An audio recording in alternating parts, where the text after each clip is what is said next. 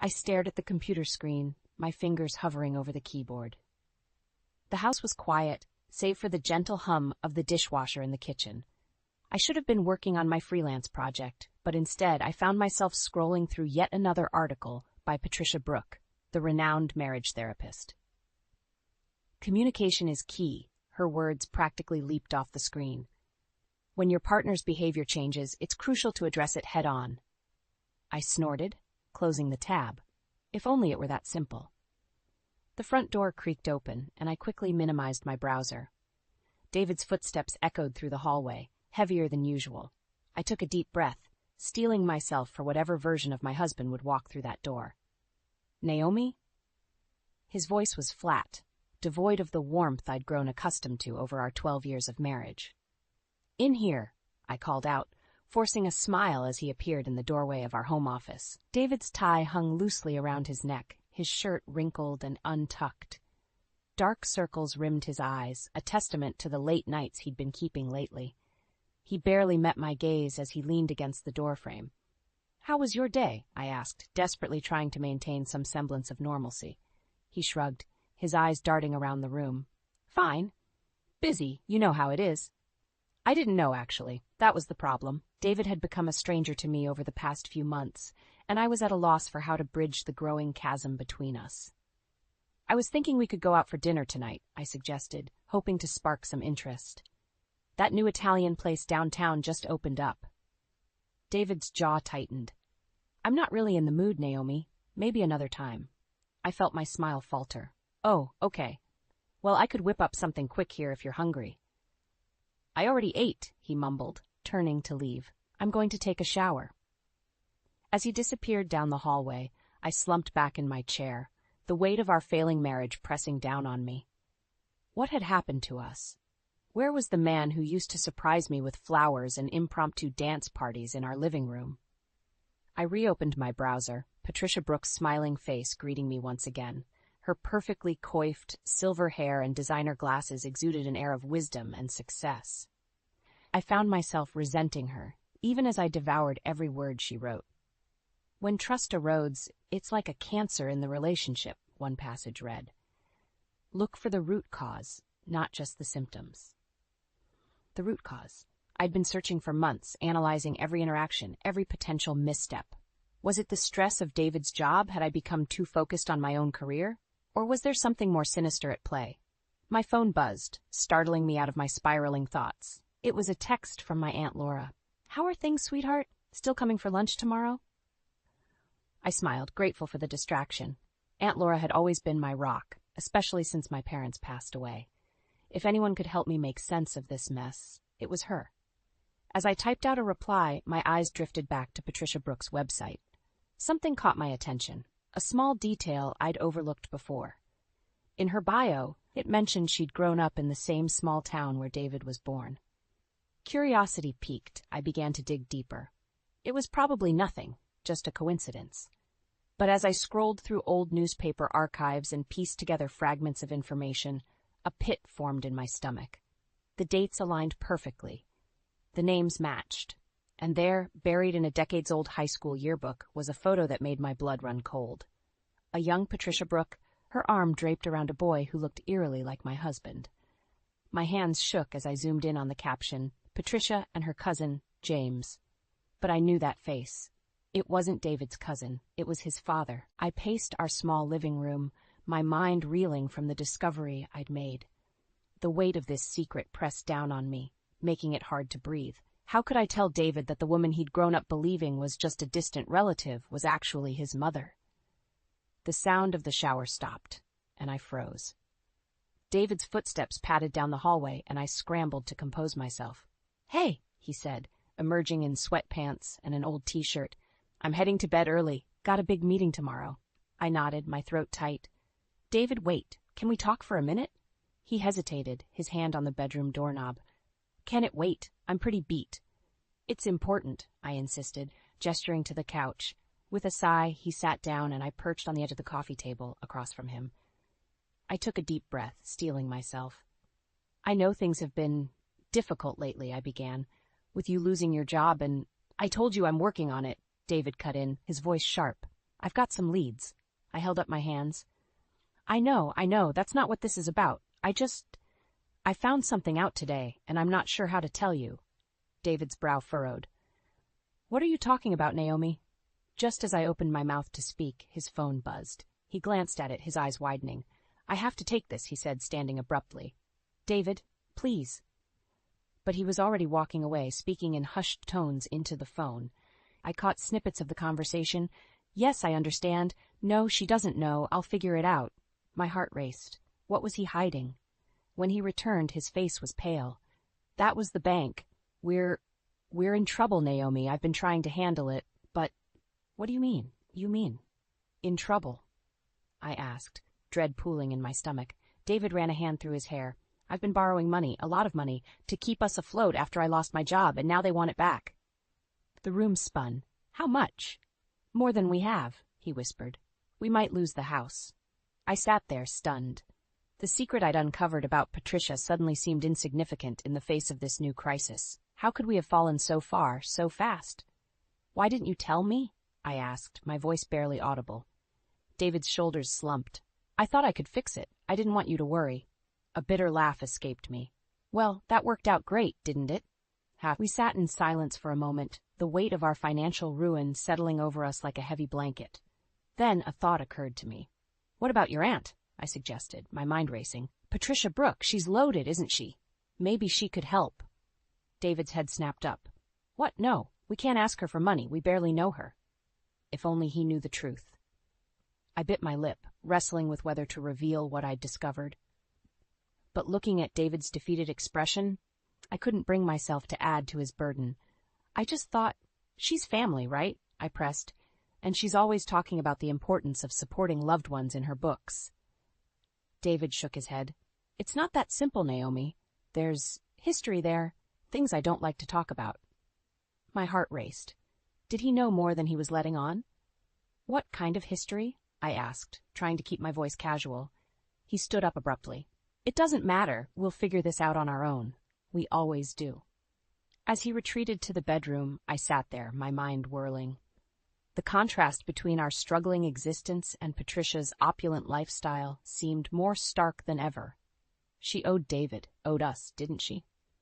I pulled out my phone, my fingers hovering over Patricia Brooke's contact information. It would be so easy to call her, to demand she take responsibility for the son she'd abandoned.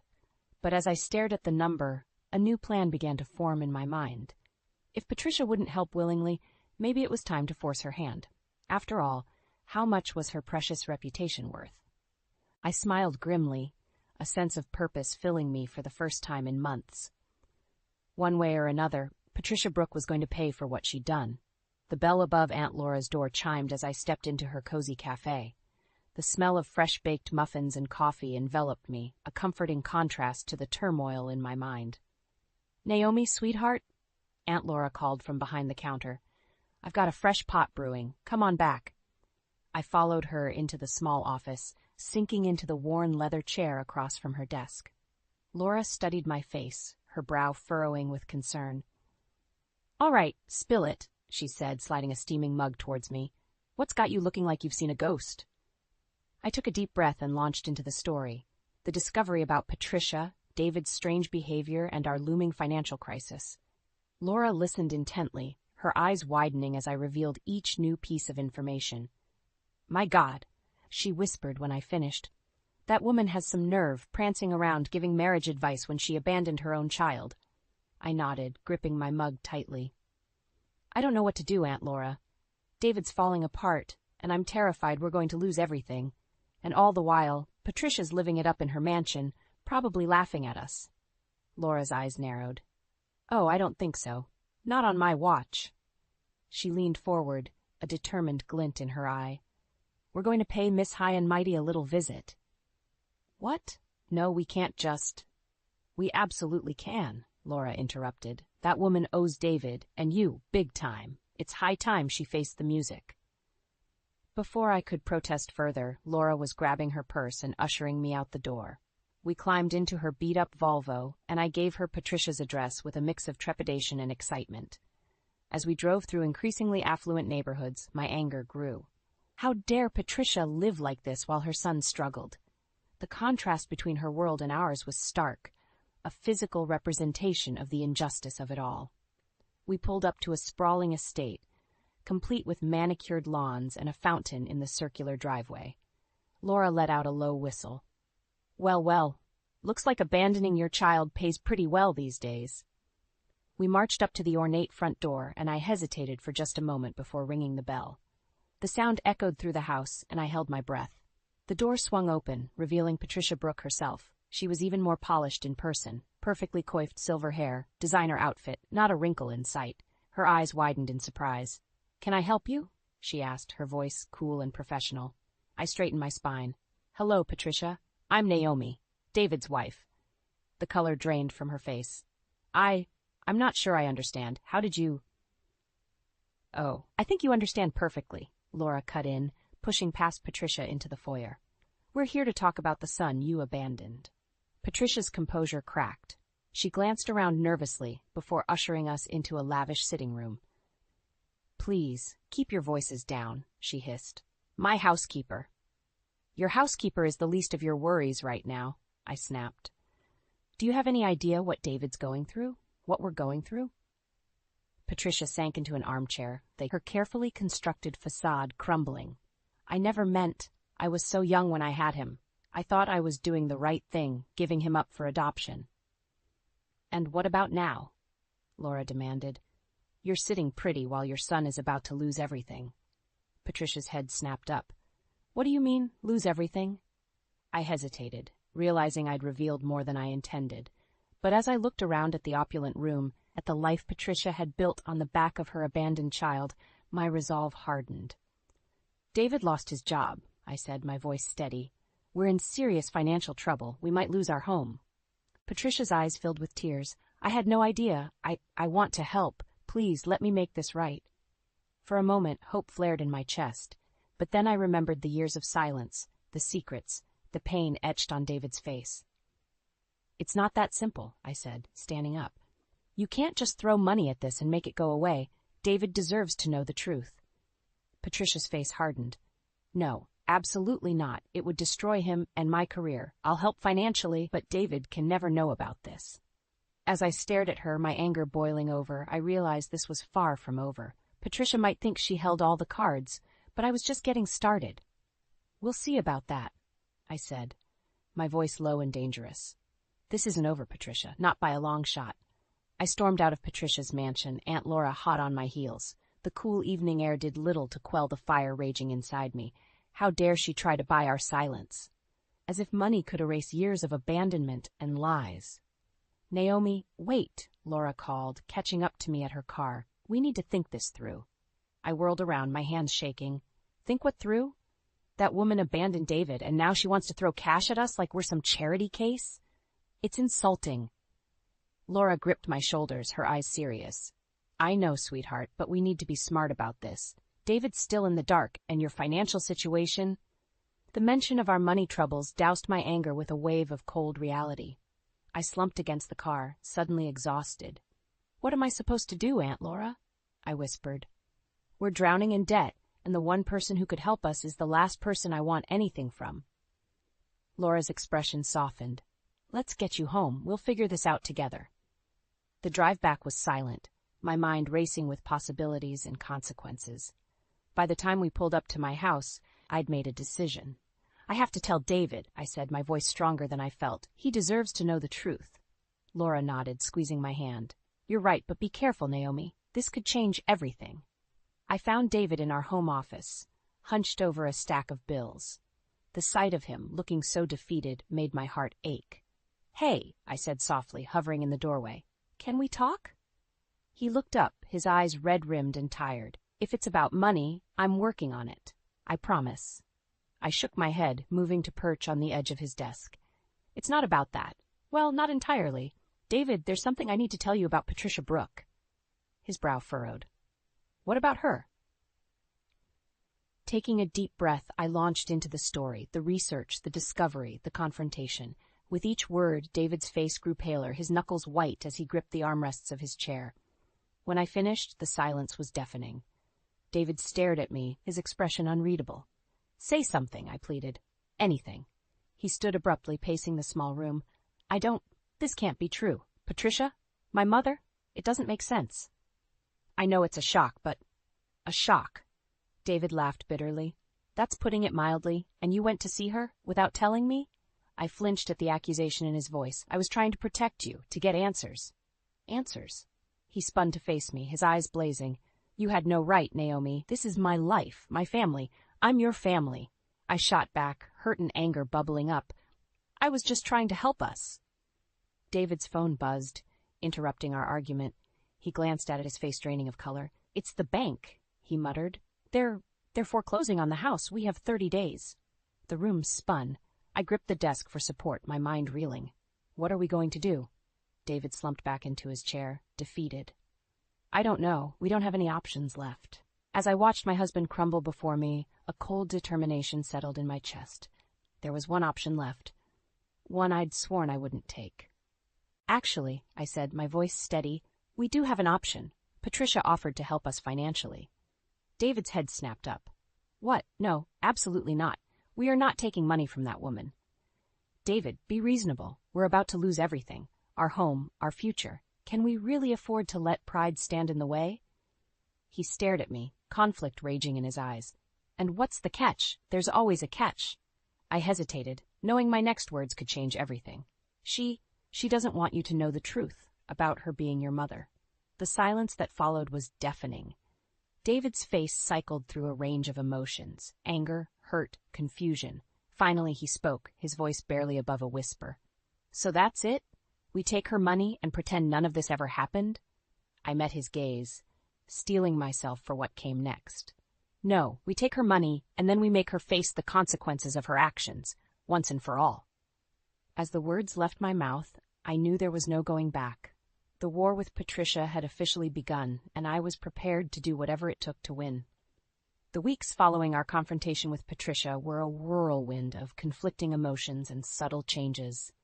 David and I had reluctantly accepted her financial help, but the cost to our peace of mind was steep. Every time the phone rang or an unexpected envelope arrived in the mail, I felt my stomach clench with anxiety. One afternoon, as I sorted through the bills, I noticed something odd. Several of our outstanding debts had been mysteriously paid off. At first, I thought it was a mistake, but as I dug deeper, I realized the truth. Patricia was meddling in our lives, far beyond the agreed-upon assistance. David, I called out, my voice tight with anger. You need to see this. He appeared in the doorway, his expression wary. What is it now, Naomi? I thrust the papers at him. Your mother's been paying off our debts behind our backs. She's trying to buy her way into our lives. David's face darkened as he scanned the documents. I can't believe she'd go this far. Can't you? I shot back. She's been manipulating situations her entire life. Why stop now? Before David could respond, his phone buzzed. He glanced at it, his eyebrows shooting up in surprise. It's my boss. He wants me to come in for a meeting tomorrow. Faust says there might be an opportunity for me to get my old job back. My heart sank. Let me guess, Patricia had something to do with this too? David's silence was all the confirmation I needed. I watched as he struggled with the conflicting emotions playing across his face, gratitude warring with resentment, hope battling pride. We can't keep living like this, I said softly. She's pushing us into the role of helpless victims in our own lives. Don't you see? She gets to play the savior while keeping her precious secret intact. David slumped onto the couch, running a hand through his hair. What choice do we have, Naomi? We were drowning. At least now we have a chance.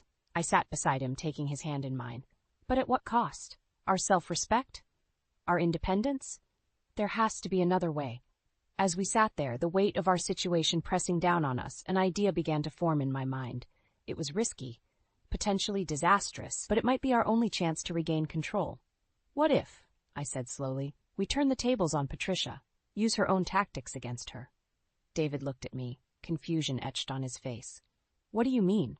I stood up, pacing as the plan took shape.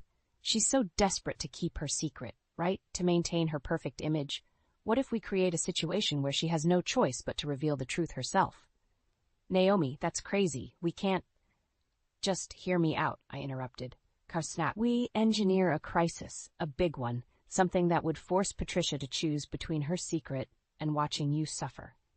She'd have to come clean or risk losing you forever. David's eyes widened as he grasped the implications. You're talking about manipulating my own mother, about lying and scheming. How does that make us any better than her? His words stung, but I pressed on. Sometimes you have to fight fire with fire. Don't you want the truth to come out on our terms? Don't you want justice for all those years she abandoned you? I could see the conflict raging behind David's eyes. Part of him was horrified by the idea, but another part, the part that had been hurt and betrayed, was intrigued. I don't know, Naomi, he said finally. This is a dangerous game you're proposing. I knelt in front of him, taking his hands in mine. I know it is, but think about it. Really think. Do we want to spend the rest of our lives beholden to Patricia? Always wondering when the other shoe will drop? Or do we take control of our own destiny? David was quiet for a long moment, his gaze fixed on our intertwined hands. When he looked up, there was a new resolve in his eyes. Okay, he said softly. Tell me more about this plan of yours. As I began to outline my strategy, a mix of excitement and trepidation coursed through me. We were about to embark on a dangerous path, one that could either save us or destroy everything we held dear. But as I looked at David, seeing the spark of determination in his eyes, I knew we had no choice. It was time to beat Patricia at her own game. My hands shook as I dialed Patricia's number, adrenaline coursing through my veins. This was it, the moment our entire plan hinged on. One false move, and everything would crumble. Patricia Brooks speaking, her crisp voice answered. I took a deep breath, channeling every ounce of desperation I could muster. Patricia, it's Naomi. We need your help. It's David. There was a pause on the other end. What's happened? Is he all right? No, I choked out, tears coming easily as I thought about the very real possibility of losing everything. He's in the hospital. There was an accident at work, and we can't afford the treatment he needs. Patricia's sharp intake of breath was audible. What do you mean? I thought I'd taken care of your financial troubles. I launched into the story we'd carefully crafted, a tale of mounting medical bills, experimental treatments, and a ticking clock. With each word, I could hear Patricia's resolve crumbling. I'll wire you the money immediately, she said, her voice tight with concern. It's not just about the money anymore, I pressed, my heart racing. David's asking questions about his past, about his family medical history. The doctors need information, and I don't know what to tell him. The silence that followed was deafening. I held my breath, praying our gambit would work. I'll be there in an hour, Patricia said finally, her voice barely above a whisper. As I hung up, I caught David's eye across the room. He nodded grimly, and we set our plan in motion. An hour later, we sat in a private hospital room we'd managed to secure for our ruse. David lay in the bed, looking pale and drawn, the result of hours of careful makeup and preparation. When Patricia burst through the door, her usual composure was nowhere to be seen. Her eyes were wild, her silver hair disheveled. David, she breathed, rushing to his bedside. My God, I had no idea it was this bad. David's eyes flickered open, confusion etched on his face. Aunt Patricia, what are you doing here? Patricia hesitated, glancing at me. I steeled myself, knowing this was the moment of truth. David, I said softly, there's something you need to know. About Patricia, about your past. Naomi, don't, Patricia warned, her voice low and dangerous. But I pressed on, recounting the story of our discovery, watching as David's face cycled through shock, anger, and disbelief. Is this true? He demanded, turning to Patricia. Are you my mother? The room fell silent, the weight of decades of secrets hanging in the air. Patricia's shoulders slumped, defeat written across her face. Yes, she whispered. It's true. I'm so sorry, David. I never meant for you to find out like this. What happened next was a blur of raised voices and accusations. David miraculously recovered from his illness, confronted Patricia about years of abandonment and lies. Patricia, torn between defending herself and begging for forgiveness, crumbled under the weight of her own deceptions. As I watched them, a sick feeling grew in the pit of my stomach. This was what I wanted, wasn't it? Patricia exposed, David finally knowing the truth. So why did it feel so hollow? You, Patricia spat, turning on me with fury in her eyes. You orchestrated all of this. The accident, the medical emergency, it was all a lie, wasn't it? I lifted my chin, meeting her gaze. Sometimes you have to fight fire with fire.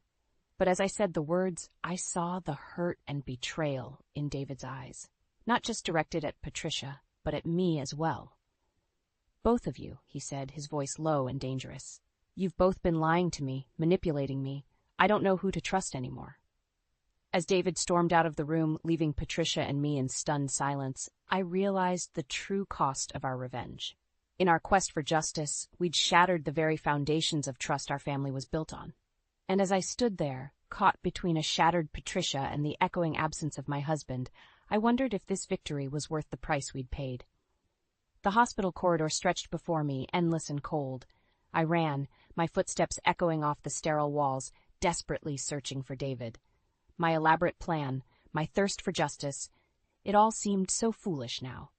"David," I called out, ignoring the disapproving glances from nurses and patients. "David, please!" I rounded a corner and froze. There he was, slumped in a chair in the hospital's small chapel, his head in his hands. The sight of him, so broken and vulnerable, made my heart ache. "David," I whispered, approaching slowly. "I'm so sorry. I never meant for it to go this far." He looked up, his eyes red-rimmed and filled with a pain I'd never seen before. "Didn't you, Naomi? Wasn't this exactly what you wanted?" His words stung, but I couldn't deny the truth in them. I sank into the chair beside him, the weight of my actions pressing down on me.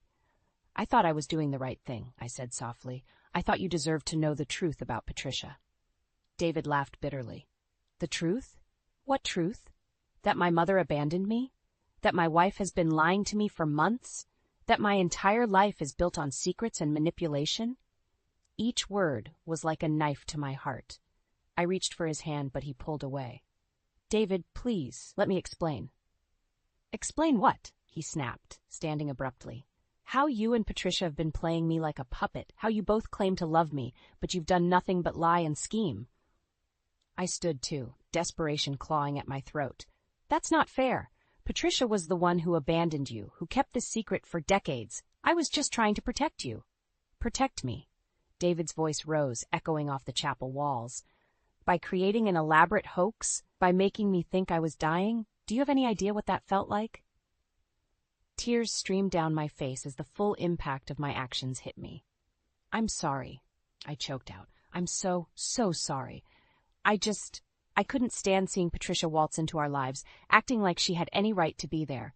After everything we've been through, after all the struggles we've faced." David's expression softened slightly, but the hurt in his eyes remained. "I understand why you did it, Naomi, but that doesn't make it right. You should have trusted me with the truth from the beginning." Before I could respond, the chapel door burst open. Patricia stood there, her usual poise shattered, mascara streaking down her face. "David, please," she begged. "Let me explain. There's so much you don't know." David's face hardened again. "I think I know enough. You gave me up, and then you tried to buy your way back into my life with your money and influence. What more is there to say?" Patricia stepped forward, her hands outstretched. "I was young and scared. I thought I was doing what was best for you. Please, just give me a chance to make things right." I watched as David looked between us, the two women who claimed to love him most in the world. The air crackled with tension, years of secrets and lies finally laid bare. "I can't do this," David said finally, his voice barely above a whisper. "I can't trust either of you right now. I need time to think." As he pushed past us and out of the chapel, I felt my world crumbling around me. I'd won, hadn't I? Patricia's secret was out, the truth finally revealed. But at what cost? I turned to face Patricia, expecting to see anger or accusation in her eyes. Instead, I saw a reflection of my own pain and regret. "What have we done?" she whispered. In that moment, standing in the silent chapel with my husband's long-lost mother, I realized the true magnitude of our actions. We'd both claimed to be acting out of love, but our selfish desires and need for control had torn apart the very person we were trying to protect. As the weight of our choices settled over us, I knew that the real battle was just beginning. Somehow, we had to find a way to rebuild the trust we'd shattered, if David would ever let us back into his life again. The days following the hospital confrontation blurred together in a haze of sleepless nights and unanswered calls. David had disappeared, leaving Patricia and me to stew in the mess we'd created. It wasn't until a week later that I received a text. "Meet me at the park, 2 p.m., both of you." My heart raced as I approached the bench where David sat, his face unreadable. Patricia arrived moments later, her usual polished appearance replaced by dark circles and disheveled hair. We stood there, 3 broken pieces of a family that never was, the tension thick enough to cut with a knife. "I've had time to think," David began, his voice steady but strained, "about what you both did and why." I opened my mouth to speak, but he held up a hand, silencing me. "Let me finish," he said. "Patricia, you abandoned me. You chose your career and your reputation over your own child. And Naomi, you lied to me. You manipulated me in the cruelest way possible, all in the name of what you thought was right." Patricia's shoulders slumped, tears streaming down her face. I felt my own eyes burning, the weight of my actions pressing down on me. "But," David continued, "I also understand that you both acted out of love, however misguided it was." He turned to Patricia. "You were young and scared. You thought you were giving me a better life, and in many ways, you did. My adoptive parents loved me, and I had a good childhood." Patricia nodded, unable to speak through her tears. David then faced me, his eyes softening slightly. "And Naomi, you were trying to protect me, to right a wrong you saw in the world. Your methods were terrible, but your intentions, I believe they were pure." I felt a glimmer of hope, but David wasn't finished. "The thing is," he said, his voice breaking slightly, "I don't know if I can ever fully trust either of you again. You've both shown that you're willing to lie and manipulate to get what you want, even if you believe it's for my benefit." The silence that followed was deafening. I watched as David struggled with his next words, the pain evident on his face. "But," he said finally, "I'm willing to try. To rebuild, if you both are." Patricia stepped forward, her hand outstretched. "David, I know I can never make up for the years I lost with you. But if you'll let me, I want to be a part of your life now. No more secrets, no more lies." David hesitated for a moment before taking her hand. "It won't be easy," he warned. "We have a lot of lost time to make up for." Then he turned to me, and I felt my heart stop. "Naomi," he said softly, "can you promise me no more schemes, no more hidden agendas, just us?" I nodded, tears flowing freely now. "I promise, David. I'm so sorry for everything. I love you, and I want to make this right." He pulled me into a tight embrace, and for a moment I felt like I could breathe again. As we stood there in the park, the 3 of us linked by blood and choice, I realized that this wasn't an ending, but a beginning. We had a long road ahead of us, filled with therapy sessions, difficult conversations, and the slow rebuilding of trust. But as I looked at David, his face etched with both pain and hope, I knew it was a journey worth taking. The lines between revenge and justice, between right and wrong, had blurred beyond recognition. In the end, all we had left was the truth, messy, complicated, and painfully real. "So," David said, a hint of his old smile tugging at his lips, "where do we go from here?" I squeezed his hand, feeling Patricia's tentative touch on my shoulder. "Forward," I said, "together." As we walked out of the park, the afternoon sun warming our faces, I felt a weight lift from my shoulders. The road ahead would be difficult, but for the first time in months, I felt a glimmer of hope. We had weathered the storm of secrets and lies, and though we were battered and bruised, we had emerged on the other side, not unscathed but unbroken. The future was uncertain, but one thing was clear. Our family, in all its messy, complicated glory, would face it together.